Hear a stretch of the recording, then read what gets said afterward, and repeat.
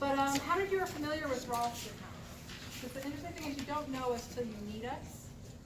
So our mission statement is to stop the abuse and start the healing. So we're a child advocacy center, and we only come to us through law enforcement, the DA's office, or social services.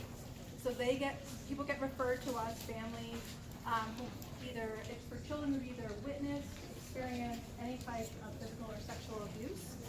So the officer would get called out to a house, they set up an appointment, and instead of going to a police station, which can be intimidating or frightening, they bring children and families to the Ralston House. And we have forensic interviewers who will sit down and kind of do an unbiased approach in their interview process. They also have a victim advocate that sits with the family, answers any questions, helps guide them for any type of therapy resources. So it's an important step for the police to get the best information without putting families through the trauma of a police station. So there's child advocacy centers all over the state. Ralston House serves 4 counties. So we serve the 1st Judicial District and the 17th Judicial District, which is Jefferson, Adams, Broomfield, and Gilpin County. So if you kind of think about it, here's Denver. So we serve kind of out to Brighton and as far south as Littleton.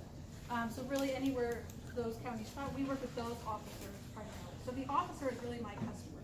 So we don't do a lot of presentations to students or the public. We do a lot of presentations to law enforcement, what's called mandatory reporting. So teachers, churches, coaches, anyone that is in contact with you. Because it's really important for those people to know if they feel something, witness something, hear something, they have to report it. They have to call someone, they have to tell someone. Keeping that information to yourself or thinking you're going to handle it on your own is never a good idea. So it's important for us to talk to the public in those positions about what Ralston House does. So we will work with the FBI, we will work with Homeland Security. We've seen a few human trafficking cases. Colorado, unfortunately, is a pretty high area for human trafficking.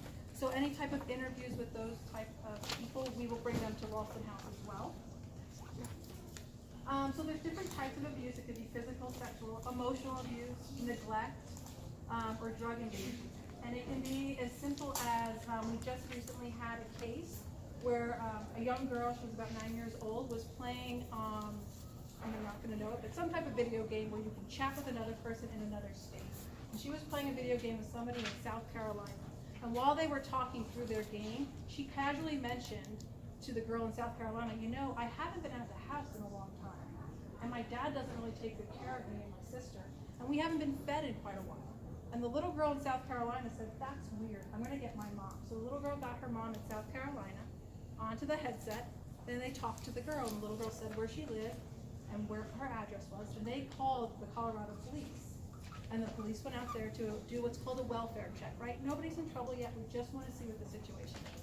Well, they called one of our forensic interviewers to come out. It was out in Aurora. And they met with the little girl. And it turns out they hadn't left the house since July. They were not going to school. They were not getting proper care.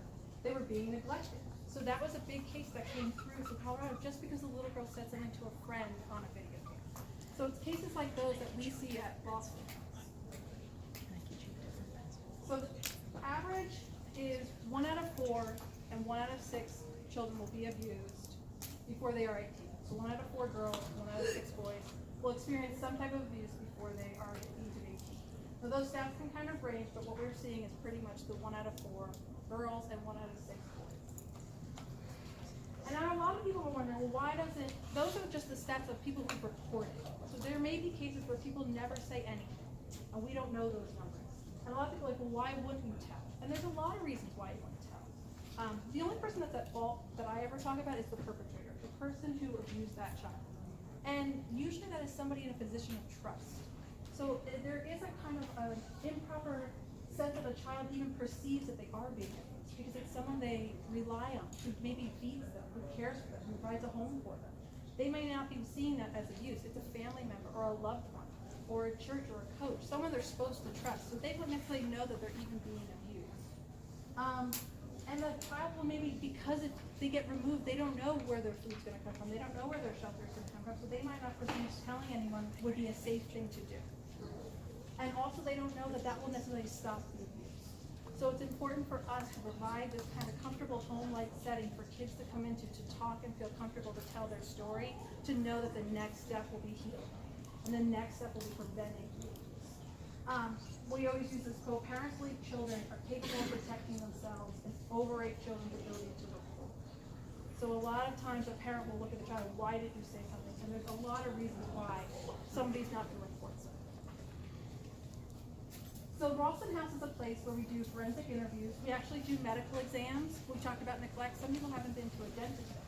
So it could be as simple as just a general welfare check. And we also provide any kind of therapy services that they need. So the different programs we offer for the community to get involved, so public members like you, we take donation items. So we have a lot of schools that will do toy drives for us or clothing drives. We have volunteer opportunities. A lot of our victim advocates are volunteers. They'll come in and sit with a family and they're just doing it on their own free time. And then we have the community sponsorships. You can be an event sponsor. You can participate in our capital campaign. We have 3 houses around. We have a Arvada house, a Lakewood house, and we just opened a brand new North Glen house. And that North Glen house can serve up to 3 families at one time. But that took a lot of dollars and a lot of community support. And we have corporate sponsors. You can sponsor our different events. You can sponsor us throughout the year as just a community sponsor. And the reason to sponsor, because one, it's helpful. It helps you be involved with your community and enhance your credibility as a business or an organization or as a donor. There's great targeted marketing, so you can be part of our email blasts, our website.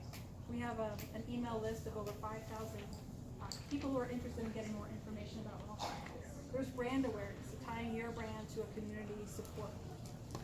There's also a way to form new partnerships. Right now, some of our biggest partners are First Bank or Foothills Credit Union, and when you come on board as a new business, you get that kind of connection to those other organizations. And then just the feeling of giving back. It's the right thing to do to keep kids safe in your community. We do 3 big events throughout the year. We do a big gala dinner that hosts for 220 people at 240 Union.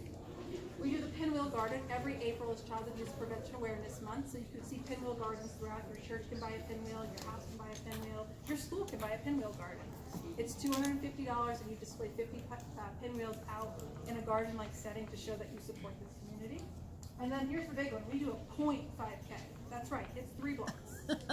It goes about 500 feet from Old Town Square in Arvada around the corner. We're also doing one next summer in Del Mar.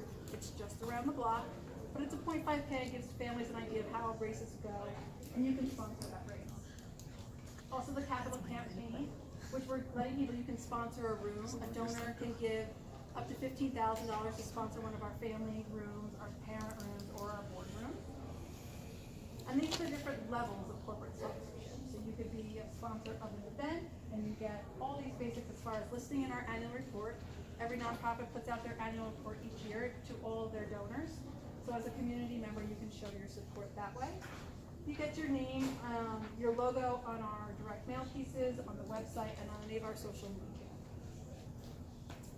So those are different ways. Every child that visits Ralston House, they put a marble in our jar as they leave to show that they're not alone. As you can see, we've seen a lot of kids come through Ralston House, and it's important for them to feel like they're not alone in telling their stories. So these are different ways you can give and support Ralston House. And so for all of you, I know, wealthy donors out here today, I'm going to give you a sponsorship form. You can decide what your investment wants to be with Ralston House. You can give as little as $10. I'll take $1,000. And any of you big donors out there that want to give $10,000, you can get all the benefits of being with a corporate team. Maybe not yet. Someday. Someday. But it actually doesn't take much. You can give it